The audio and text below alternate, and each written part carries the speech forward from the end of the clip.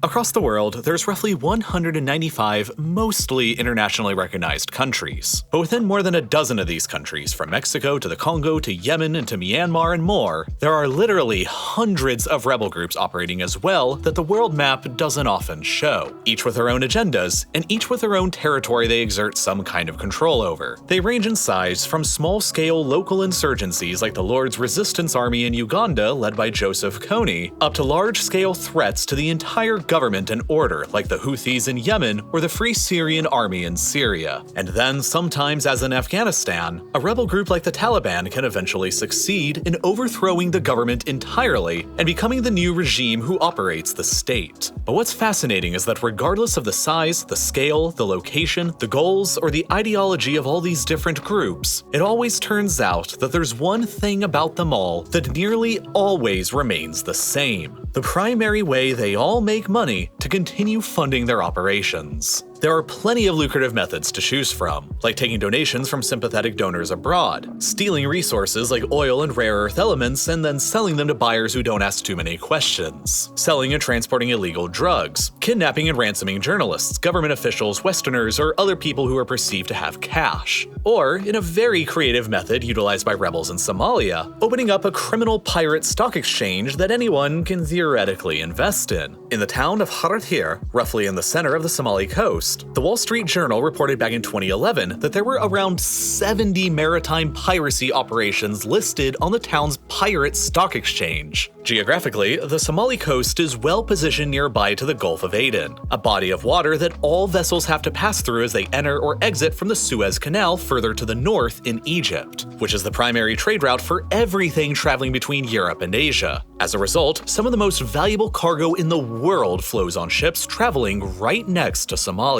So, essentially, the entrepreneurial people of Haradhir figured out that they could fund their piracy missions into these valuable trade routes by offering up investors shares into operations that could be purchased with cash, gas, boats, or weapons. If the operation proved successful, then the investors would be paid out a portion of the pirates' profits. Once it was funded, the pirate mission would go out searching for their primary target: hostages on Western cargo ships. Once taken, the pirates could earn up to a $4 million ransom from the ship's insurance company per job. And then, when successful, the pirates would return home and distribute the profits out to the mission's shareholders. Allegedly, one woman who invested in RPG-7 for around $500 on one of these missions received a $75,000 return on her investment from the pirates, a 150 times return on investment. Almost overnight, the impoverished town of Haradhir suddenly became flooded with expensive luxury cars as the piracy investors reaped their rewards. This ingenuitive method of raising capital is similar, though, to methods used by rebel groups all across the world. Rather than fighting and risking lives and money to take over entire territories or cities, rebels, insurgents, and partisans the world over can instead finance most of their operations by simply taking control of strategic infrastructure like roads, bridges, highways, or, in the case of the Somali pirates, maritime trade routes. On land, it pretty much works like this. A rebel group desperate to advance their cause and in need of cash to finance their operations decides to set up a small checkpoint along a roadway with a few armed guards, along with some intimidating-looking weapons. From there, the playbook is simple. They just demand a tax or a fee for everything and from everyone that passes through. And while that sounds pretty simple, this method literally makes billions of dollars a year for all of these groups across the world. And it's the primary way that nearly all of them make most of their money. And the scale of these roadblock operations across the world can be truly staggering. Take the Democratic Republic of the Congo, or DRC, which is well known across the world for being one of the planet's most resource-rich countries. All on its own, the DRC contains 70% of the world's known sources of coltan, a vital metal that's used in electronics, as well as a third of the world's cobalt, nearly a third of the world's diamonds, and a tenth of its copper. In total, it's estimated that the total value of the DRC's vast supplies of raw materials could be worth in excess of 24 trillion US dollars. Of course, there are some rebel groups operating within the country who are actively fighting with the government over the control of these valuable resources. But it's just so much easier and less risky to instead find a road, set up a roadblock, and begin taxing vehicles, which is exactly why you end up seeing rebel checkpoints all across the DRC, including parts of the country that are far away from any valuable raw resources. It's the roads, along with the trucks and the people moving across them, that are the much more valuable and easier to control resource. An article from Foreign Policy written by Pierre Schouten,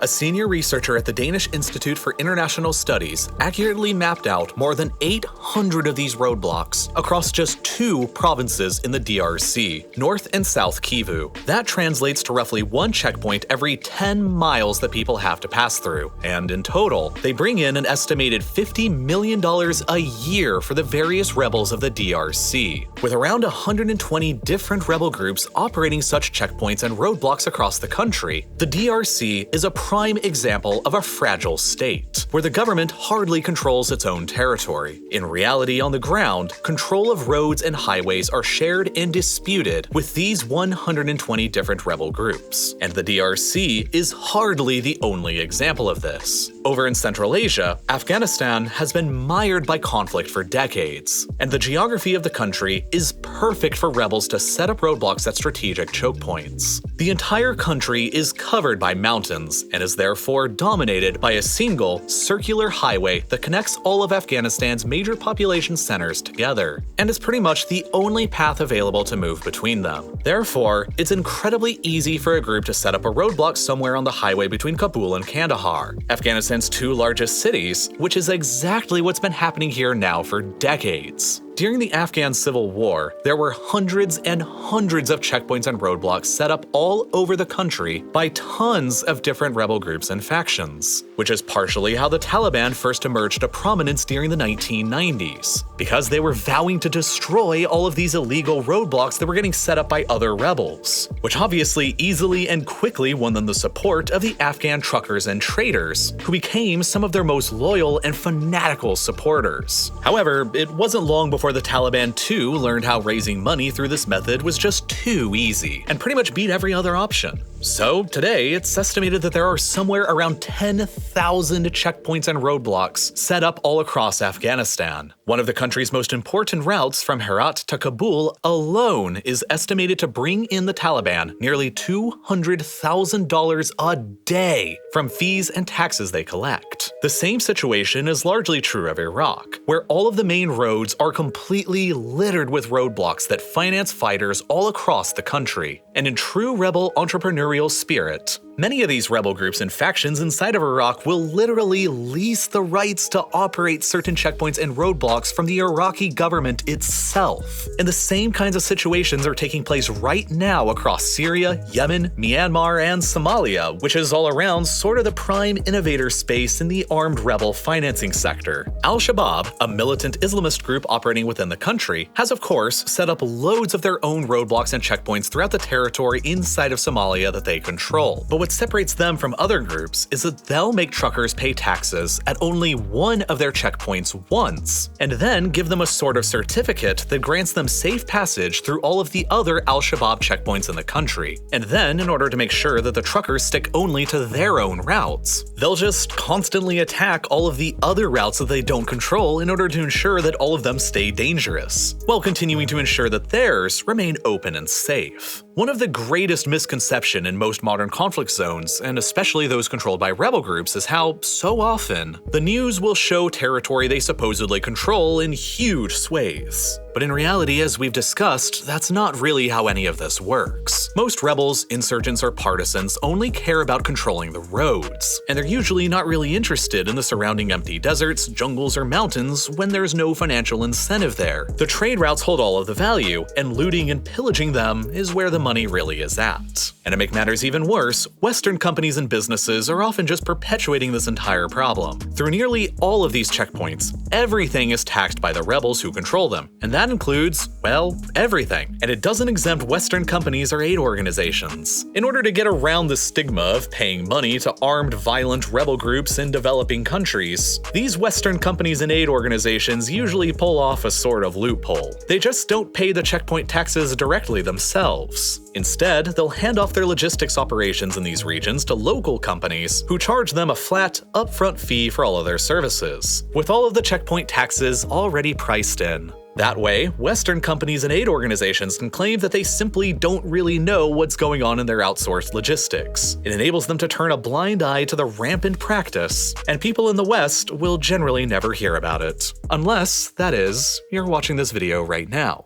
So all in all, from roadblocks to piracy, there are many, many unconventional ways that rebel groups across the world can raise the funds needed to finance their operations. But unfortunately for them, investing in something like a pirate stock exchange is extremely risky and can result in complete losses when things don't go according to plan. Thankfully for you though, there are safer and less risky alternatives to the pirate stock market that you can apply any money that you've got just sitting around in your bank account towards. As you probably know though, doing nothing with your savings really means that you're losing money relative to inflation. So the responsible thing to do with your extra cash is to put it to work with some long-term investing. And this episode's sponsor, Wealthfront, makes that ridiculously simple. Let's take a look at a product demo that Wealthfront put together so I can show y'all what their clients are experiencing. You can see that their app summarizes what hypothetical me has in cash and investments, as well as what my current liabilities are so that I can always quickly see what my net worth currently is. Of course, the standout feature of Wealthfront is its ability to automatically create portfolios of investments that suit all of your preferences. For example, I could pick a socially responsible portfolio, customize the risk level anywhere between 1 and 10, and even go in and manually change the breakdown between different ETFs. All around, I think Wealthfront is one of the best money management options out there, so I'd encourage you to try them out, especially considering that by clicking the button that's here on screen right now, or by heading to wealthfront.com/reallifelore, you'll get your first $5,000 managed completely for free. And as always, thank you so much for watching.